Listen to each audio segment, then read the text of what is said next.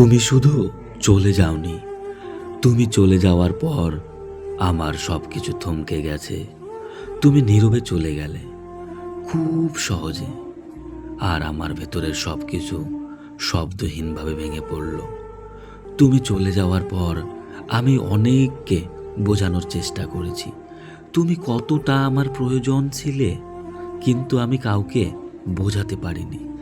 তুমি ছিলে আমার অভ্যাসের মতো, প্রতিদিনকার প্রিয় অনুভবের মতো।